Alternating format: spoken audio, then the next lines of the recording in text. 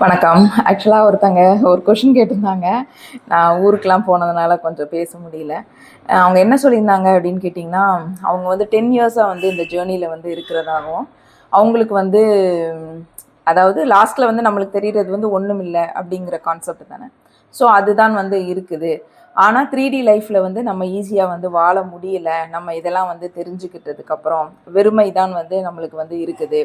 அப்புறம் என்ன சொல்லியிருக்கிறாங்க அப்படின்னு கேட்டிங்கன்னா, ஆனால் நம்ம வாழ்ந்து தானே ஆகணும். இந்த 3Dயில் வந்து நம்ம வந்து சர்வை மோடில் தானே இருந்து தானே ஆகணும். அப்போ காட் தவிர வந்து எதுவுமே சொந்தமில்லை, எல்லாமே நம்மளை விட்டு வந்து போகுது. அப்போ நம்ம சொந்த செலவுலே வந்து சூனியம் வைத்துக்கிட்டோமா அப்படின்னு சொல்லிட்டு கேட்டிருக்காங்க. அவங்களுக்கு வந்து இந்த ஜேர்னி பற்றி நல்ல ஒப்பீனியன் இல்லைதா இருக்கல. பட் எனக்கு என்ன சொல்லியிருக்காங்கன்னா, நீங்கள் நல்ல ஒப்பீனியன் இருந்தால் இதை பற்றி வந்து எனக்கு வந்து எக்ஸ்பிளைன் பண்ணுங்க அப்படின்னு சொல்லியிருக்காங்க.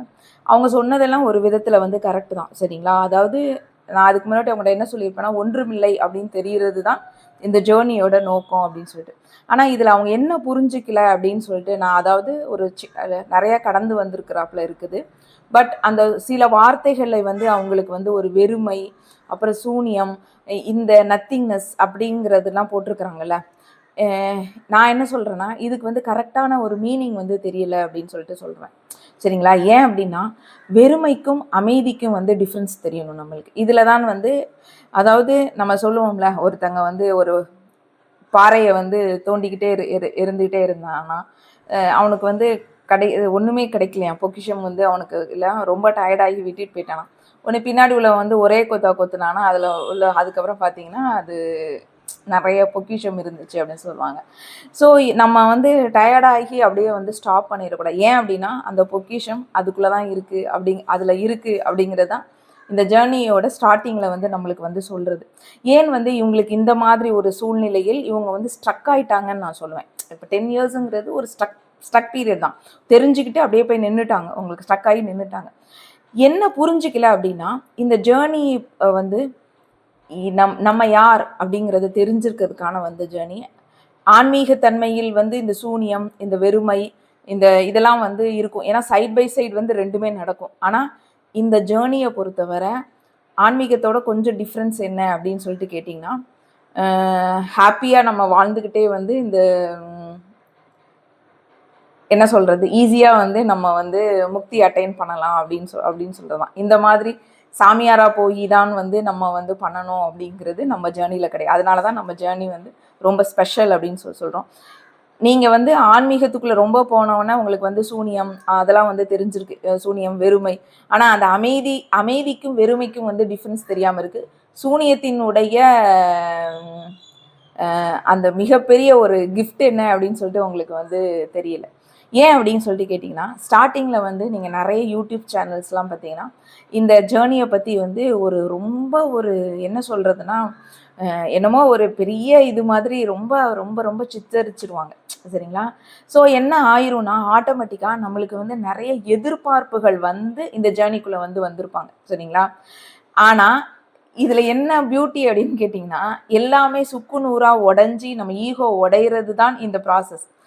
ஸோ அந்த ப்ராசஸ்காண்டி வந்த ஜேர்னியை வந்து வெறுமையாக்கி அந்த அந்த நம்ம யாருங்கிறத புரிஞ்சுக்க தன்மை வச்சு நம்ம ஒர்க் என்ன, நம்ம எதுக்காண்டி இங்கே வந்திருக்கிறோம் அப்படின்னு தெரிஞ்சு நம்மளுடைய பவர் என்ன அப்படிங்கிறதை வந்து நம்ம யார், நம்ம பவர் என்ன, நம்ம சோலுடைய பவர் என்ன, இதெல்லாம் வந்து தெரியாமையே நம்ம 10 வருஷம் நீங்கள் இருந்தாலும் இது வந்து வேஸ்ட்டு தான். இன்னும் 100 வருஷமே வந்து நீங்கள் இன்னும் ஒரு ஸ்டெப் போகலை அப்படின்னு சொன்னால், நீங்கள் இந்த 10 வருஷம் நீங்கள் வந்து அனுபவிச்சுக்கிறீங்களா, வலி வேதனை எல்லாம் தெரிஞ்சுக்கிருக்கீங்களே, அது ஃபுல்லுமே வந்து வேஸ்ட் அப்படின்னு சொல்லுவேன். இன்னும் ஒரு ஸ்டெப் நீங்கள் போனீங்கன்னா ரொம்ப பெரிய ஒரு ஒரு மிராக்கிள்ஸ்லாம் வந்து உங்களுக்கு வந்து நடக்க ஆரம்பிக்கும். அந்த மிராக்கிள்ஸை வந்து நீங்கள் வந்து அப்சர்வ் பண்ணணும்.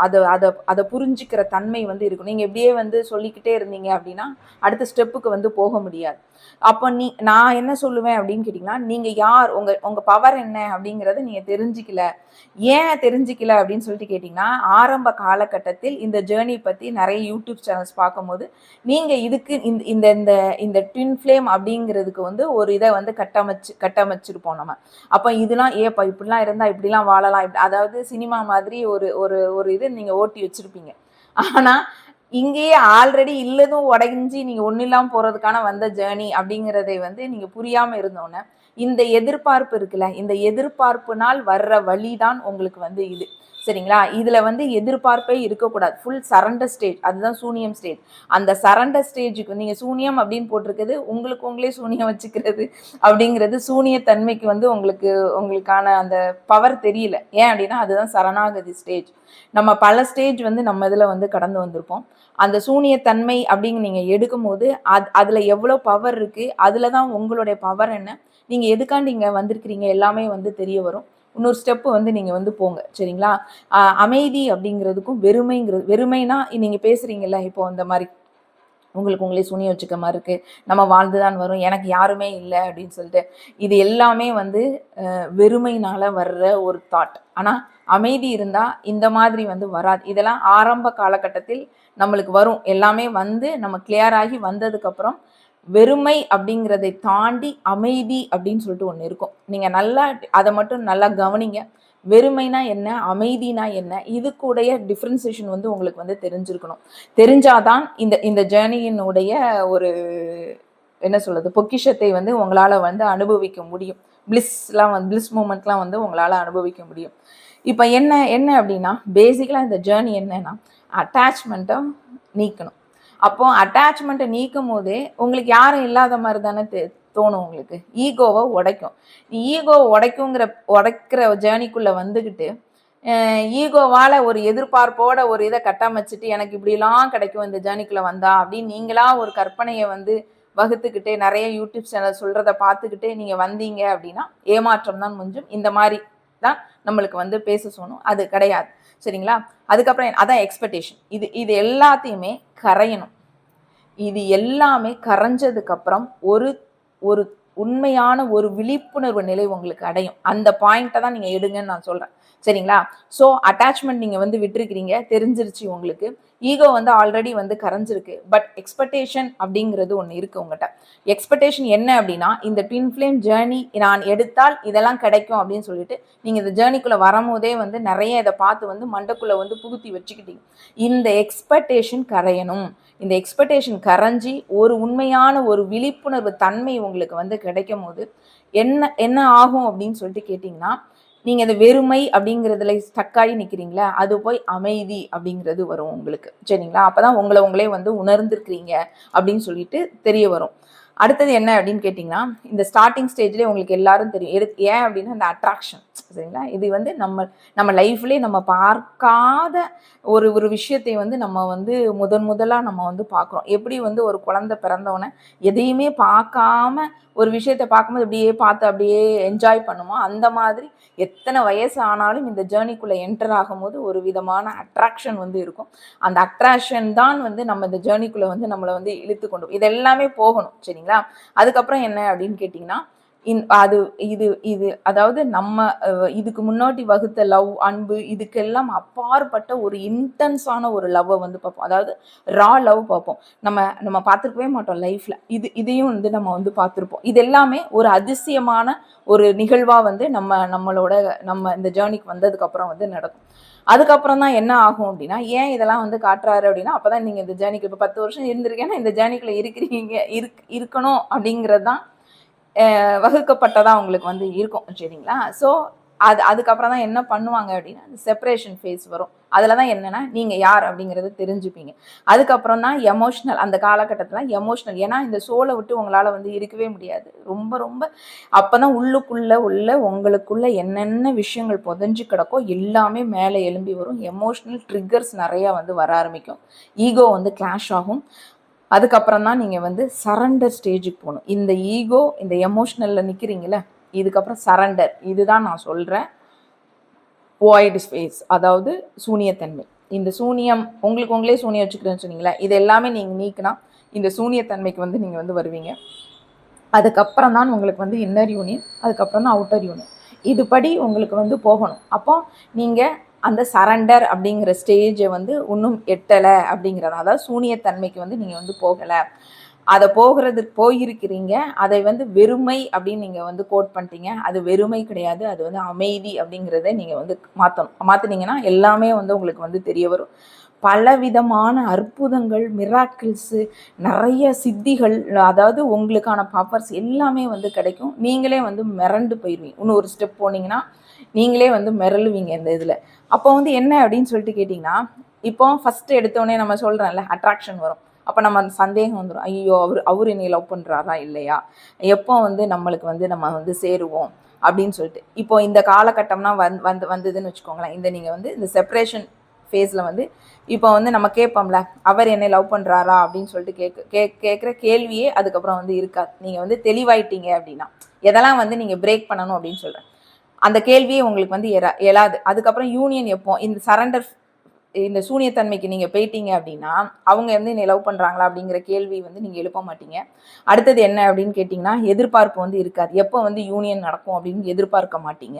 அதுக்கப்புறம் என்னென்னா, நான் தனிமை அப்படிங்கிற உணர்வே வந்து உங்களுக்கு வந்து இருக்காது. சரிங்களா? அப்புறம் வந்து ஜஸ்ட் நான் இருக்கேன் அவ்வளோதான். அந்த கான்செப்டை தான் வந்து உங்களால் வந்து நான் இருக்கிறேன் அப்படிங்கிற ஒரு தன்மையை தான் உங்களால் வந்து அந்த சூனியத்தன்மையில் வந்து உங்களுக்கு வந்து எடுக்க வரும். அது ரொம்ப ரொம்ப அமைதியாக நல்லாயிருக்கும் அந்த தன்மை. சரிங்களா?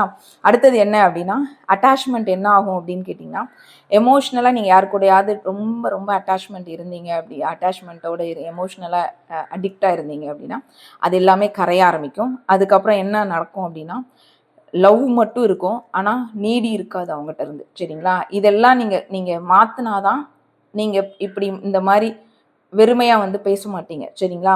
அப்புறம் ஈகோ வந்து ரொம்ப எல்லாமே கரைய ஆரம்பிச்சிடும். நான் தான் சரி, அவங்க ஏன் அப்படி இருக்கு, இந்த மாதிரி கேள்விகள் வந்து வரவே வராது. ப்ளேம் பண்ண மாட்டோம், அவங்கள கண்ட்ரோல் பண்ணணும்னு பண்ண மாட்டோம், பொசசிவ்னஸ் இருக்காது, எல்லாமே குறைய ஆரம்பிக்கும் உங்களுக்கு. அதுக்கப்புறம் என்னென்னா, செப்பரேஷனில் தான் உங்களுக்கு அந்த பெயின் தான், அந்த செப்பரேஷன் பெயின் காலகட்டத்தில் அது ஹீலிங் வந்து நடக்கும். சரிங்களா? அந்த பெயின் வந்து அதுக்கப்புறம் என்னவா மாறும்னா அமைதி, பீஸா வந்து மாறும். அப்புறம் பிரிவு, வேதனை எல்லாமே வந்து நியூட்ரலைஸ் ஆகிடும். சூனியத்தன்மைக்கு வந்து நம்மளுக்கு வந்து போய் ஆரம்பிச்சிடும். அப்போ ரன்னர் சேசர், அதுக்கப்புறம் ரன்னர் சேசர் போகும்போது அது வந்து பிரேக் ஆயிரும். ரன்னர் சேசர்னால என்ன அர்த்தம் அப்படின்னா, நம்ம மைண்டும் நம்ம ஈகோவும் கேம் விளாண்டிக்கிட்டே இருக்கும். ஸோ அதுக்கப்புறம் நம்ம சேஸ் பண்ணவே மாட்டோம், எக்ஸ்பெக்டேஷனையும் முதல்ல பண்ண மாட்டோம். ஸோ அந்த ரன்னர் சேசர் சைக்கிள்ஸ் வந்து ஸ்டாப் ஆயிரும் உங்களுக்கு. அப்புறம் இன்னர் யூனியன், அதுக்கப்புறம் தான் இன்னர் யூனியன் வந்து ஆக்டிவேட் ஆகும். மேஸ்குலின் அண்ட் ஃபெமினின் வந்து பேலன்ஸ் பண்ணி எடுப்பீங்க நீங்கள். அது எல்லாமே இந்த மேஸ்குலின் அண்ட் ஃபெமினின் பேலன்ஸ் பண்ணுறது உங்களுடைய எதை பொறுத்து இருக்குது அப்படின்னா, இந்த சரண்டர் ஸ்டேஜை பொறுத்து தான் இருக்குது. இது இல்லை அப்படின்னு சொன்னால் உங்களால் வந்து பேலன்ஸ் பண்ண வந்து முடியாது. ஏன் அப்படின்னா, நம்ம ஜேர்னியை பொறுத்தவரை நம்ம வந்து அவ்வளோவா ஆக்டிவேட் பண்ண மாட்டோம். எல்லாமே பிரபஞ்சம் கொடுக்கறது தான் நம்மளுக்கு. சரிங்களா? பிரபஞ்சம் தான் வந்து இதை வந்து ஆக்டிவேட் பண்ணும். இறை தான் வந்து நம்மளுக்கு எல்லாமே வந்து பண்ணும். ஸோ இதில் வந்து நான் அப்படிங்கிற, ஏன் அப்படின்னா நான் அப்படிங்கிறதே உடையிற ஜேர்னி. ஸோ நீங்கள் வந்து இந்த பேலன்ஸ் பண்ணணும் அப்படின்னு சொன்னால், நீங்கள் வந்து இறைக்கிட்ட, பிரபஞ்சத்துக்கிட்ட இந்த சரண்டர் ஸ்டேஜ், அந்த சூனியத்தன்மைக்கு நீங்கள் போனாதான் உங்களுக்கு வந்து பேலன்ஸ் வந்து உங்களால் எடுக்க முடியும். அப்போ எனர்ஜெட்டிக் ரொம்ப, இது வந்து ஃபுல் அண்ட் ஃபுல் என்னன்னு பார்த்தீங்கன்னா எனர்ஜி தான் உங்களுக்கு. எல்லாமே நீங்கள் பார்த்தீங்கன்னா நேரில் வந்து பார்க்கணும், நேரில் வந்து பேசணும், நேரில் அவங்கள காண்டாக்ட் இருக்கணும் அப்படின்னா, அதனால தான் ஸ்டார்டிங்கில் 6 வருஷம் 7 வருஷம் வந்து பார்க்காமே இந்த ப்ராசஸ் வந்து, அதாவது அவங்ககிட்ட பேசாமையே ப்ராசஸ் நடந்துக்கிட்டே இருக்கும் நம்மளுக்குள்ள. அதுதான் வந்து நல்லது. ஏன் அப்படின்னு கேட்டிங்கன்னா, எடுத்தோன்னே ஃபிசிக்கல் போகக்கூடாது. இதை நான் ரிப்பீட்டடாக ஏன் சொல்கிறேன்னா, நிறைய பேர் வந்து இந்த மாதிரி இந்த நீங்கள் சொல்கிறீங்களா யூடியூப்ஸில் வந்து பல பேர் வந்து சொல்கிறாங்க, அதாவது ஒரு ஃபேன்சிக்காண்டி அவங்க சொல்லி உங்களை வந்து, ஏன் அப்படின்னா இது வந்து ஒரு இன்டென்ஸான லவ். அந்த நேரத்தில் நீங்கள் தவறு பண்ணிட்டீங்கன்னா மிகப்பெரிய கர்மாக்குள்ளே வந்து நீங்கள் சிக்கியிருப்பீங்க. மோஸ்ட்லி வந்து ஃபிசிக்கல் வந்து காண்டாக்ட் வந்து எடுத்தோன்னே நீங்கள் வந்து வச்சிங்க அப்படின்னு சொன்னாலே உங்களால் வந்து இந்த ஜேர்னியை வந்து ஜேர்னியில் இருந்தீங்க அப்படின்னா கம்ப்ளீட் கிடையாது. இன்னொன்று என்ன அப்படின்னு கேட்டிங்கன்னா, இந்த ஜேர்னிக்குள்ளே இல்லாதவங்கள் பல தவறான விஷயங்கள், தந்திரா அது இதுன்னு சொல்லி ரொம்ப கன்ஃபியூஸ் பண்ணுவாங்க அவங்கள. அதெல்லாம் ஏன் அப்படின்னா, ஒரு அட்ராக்ஷன், ஒரு இது வந்து உங்களுக்கு ஆட்டோமேட்டிக்காக சோல்குள்ளே வந்து வர ஆரம்பிக்கும். இது வந்து இயற்கையாகவே வந்து நடக்கிற ப்ராசஸ். எல்லாருக்குமே வந்து இது வந்து கிடைக்காது. ஸோ இந்த மாதிரி ஒரு காம இச்சைக்காண்டி வந்து நிறைய பேர் வந்து இந்த நேமை வந்து யூஸ் பண்ணி இவங்க வந்து தவறான ஒரு ஒரு வழியை வந்து உங்களுக்கு வந்து காட்டுவாங்க. யாருமே அதை போயிடாங்க. முதல்ல உங்களுக்குள்ள வந்து பேலன்ஸ் பண்ணுறதுக்கு வந்து நீங்கள் பாருங்கள். ஏன் அப்படின்னா ஃபுல் அண்ட் ஃபுல் வந்து இது எனர்ஜி தான். ஸோ ஒரு ஃபிசிக்கலாக நீங்கள் வந்து தவறாக ஒரு ஏதாவது வந்து தப்பு பண்ணிட்டீங்க அப்படின்னா மிகப்பெரிய கர்மா. ஏன் அப்படின்னா, நம்மளை பொறுத்தவரை இந்த செக்ஷுவல் எனர்ஜி வந்து ரொம்ப ரொம்ப சாக்ரடான ஒரு எனர்ஜியாக மாற்றுறதுக்கான ஒரு ப்ராசஸ் நம்மளுக்கு போயிட்டுருக்கோம். நீங்கள் திருப்பி நீங்கள் போயிட்டீங்கன்னா நீங்கள் வந்து டவுன்ஃபால் ஆயிடுவீங்க. நீங்கள் இந்த மாதிரி வேறு யார் கூடயாவது ஃபிசிக்கலாக நீங்கள் வந்து சேர்ந்துட்டீங்க அப்படின்னு சொன்னால் நீங்கள் வந்து ஃபாலன் ஏஞ்சலாக வந்து ஆகிருவீங்க. அது கர்மாவும் திருப்பி இருக்கும். திருப்பி உங்களுக்கு அந்த பியூரிஃபை ப்ராசஸ் நடக்கும். ரொம்ப ரொம்ப கஷ்டம். இதை ஏற்கனவே இருக்கிற கர்மாவே வந்து கழிக்க முடியாது நம்மளுக்கு. நம்மளுக்கு இருக்கிற கார்மிக் கர்மாவே கழிக்கிறதுக்கே வந்து வருட கணக்காகுது. இதை விட இன்னொன்று ரொம்ப கஷ்டம் அது. சரிங்களா? அதையும் வந்து தவறாக கைட் பண்ணுறாங்க. ஸோ அதையும் ரொம்ப ஜாக்கிரதையாக பார்த்துக்கோங்க. ஏன் அப்படின்னு கேட்டிங்கன்னா, இது வந்து எனர்ஜி தான் உங்களுக்கு. அப்போ ஃப்ரீக்வன்சி வந்து ஸ்டெபிளைஸ் ஆகணும். அது நல்லா கிளியர் ஆகணும் போது அதுக்கப்புறம் தான் என்ன ஆகும்னா, டெலிபதிக்கெலாம் நல்ல கிளாரிட்டி கிடைக்கும். உங்களோட ட்வின்கிட்ட இருந்து நிறையா கிளாரிட்டி கிடைக்க ஆரம்பிக்கும். டெலிபதிக்கெலாம் அக்யூரேட்டாக வந்து கிடைக்காது. ஸோ இது எல்லாமே நீங்கள் இந்த சூனியத்தன்மை எடுத்ததுக்கப்புறம், இது எல்லாமே நடந்ததுக்கப்புறம், அதாவது நான் சொன்ன இந்த ப்ராசஸ் ஃபுல்லுமே, இந்த 6 ப்ராசஸ் ஃபுல்லுமே உங்களுக்கு வந்து கம்ப்ளீட் ஆனதுக்கப்புறம், உங்களுக்கு வந்து பார்த்தீங்க அப்படின்னு கேட்டிங்கன்னா, உங்கள் ஆத்மா வந்து மிளிர ஆரம்பிக்கும். அந்த ஆத்மா இருக்கிறதுலே ரொம்ப பவர் என்ன அப்படின்னு கேட்டிங்கன்னா, உங்கள் ஆத்மா தான். அது நீங்கள் தெரியாமல் இருக்கிறீங்க. உங்கள் பவரே உங்களுக்கு புரியாமல் இருக்கிறீங்க. புரிஞ்சிருந்தீங்கன்னா, இந்த மாதிரி வந்து இந்த ஜேர்னியை பற்றி வந்து நீங்கள் வந்து சொல்ல மாட்டீங்க. ஏன் அப்படின்னு கேட்டிங்கன்னா, இந்த மாதிரி ஒரு கிஃப்டடான ஜேர்னி வந்து கிடையாது அப்படின்னு நான் சொல்லுவேன். என்னோட எக்ஸ்பீரியன்ஸ் கேட்டால் நான் வந்து சொல்லுவேன். ஏன் அப்படின்னா, எனக்கு என்ன கிடச்சிது அப்படிங்கிறது கூட, நான் யார் அப்படிங்கிறத தெரிஞ்சுக்கிட்டேன். எப்படி செல்ஃப் ரெஸ்பெக்டாக வாழணுங்கிறத கற்றுக்கிட்டேன் நான். அதுவும் தாண்டி நம்ம ஏன் இந்த புவிக்கு வந்திருக்கிறோம் அப்படின்னு சொல்லிட்டு தெரிஞ்சிருக்கேன். ஒரு மனுஷன் வந்து பிறக்கிறான் அப்படின்னு சொன்னால், இந்த 2 விஷயம் அவன் தெரியறதுக்காண்டி தான் இந்த சோலே வந்து அவனுக்கு பெர்த் கொடுக்குது. இல்லை அப்படின்னா, இதே நீங்கள் 3Dலே வந்து பிறப்பு இறப்பு சுழற்சியிலே சுற்றிக்கிட்டே நீங்கள் வாழ்ந்தீங்கன்னா, நீங்கள் இங்கே வந்து நீங்கள் இப்படியே தான் வந்து எத்தனை பாவம் எடுத்தாலும் நீங்கள் இப்படி தான் வந்துட்டுருக்கீங்க. ஸோ ஈஸியாக நம்மளுக்கு வந்து ஒரு இந்த ஜேர்னியை வச்சுட்டு இந்த 2யும் வந்து பிரபஞ்சம் வந்து நம்மளுக்கு வந்து ஈஸியாக கொடுக்குது அப்படின்னா, இந்த மாதிரி ஒரு புனிதமான ஒரு ஜேர்னி வந்து ஒன்றும் கிடையாது. இந்த புனிதத்தன்மையை நிறைய பேர் வந்து கொச்சைப்படுத்துகிறாங்க. இந்த மாதிரி சாக்ரட் வந்து கிடையவே கிடையாது. சரிங்களா? அதை வந்து இந்த உண்மையாக இந்த ஜேர்னியில் இருக்கிறவங்க மட்டும்தான் வந்து உணர முடியும். இறையை வந்து உணரத்தான் முடியும். சரிங்களா? நான் எவ்வளவுதான் சொன்னாலும் அந்த சூனியத்தன்மையெல்லாம் நீங்கள் தான் எடுக்கணும். வெறுமைக்கும் அமைதிக்கும் உங்களுக்கு வந்து வித்தியாசம் தெரிஞ்சிருக்கணும். எல்லாமே இருக்கும். சரிங்களா? எல்லாமே வந்து ஈஸியாக வந்து க்யூர் ஆகுது. ஆனால் 10 இயர்ஸ் அப்படின்னு சொன்னதுனால நான் சொல்கிறேன், நீங்கள் இன்னும் ஒரு ஸ்டெப் நீங்கள் போனீங்க அப்படின்னா, ரொம்ப பெரிய உங்களுக்கு வந்து மிராக்கிள்ஸ் நடக்கிறத நீங்கள் வந்து பார்ப்பீங்க. தேங்க்யூ.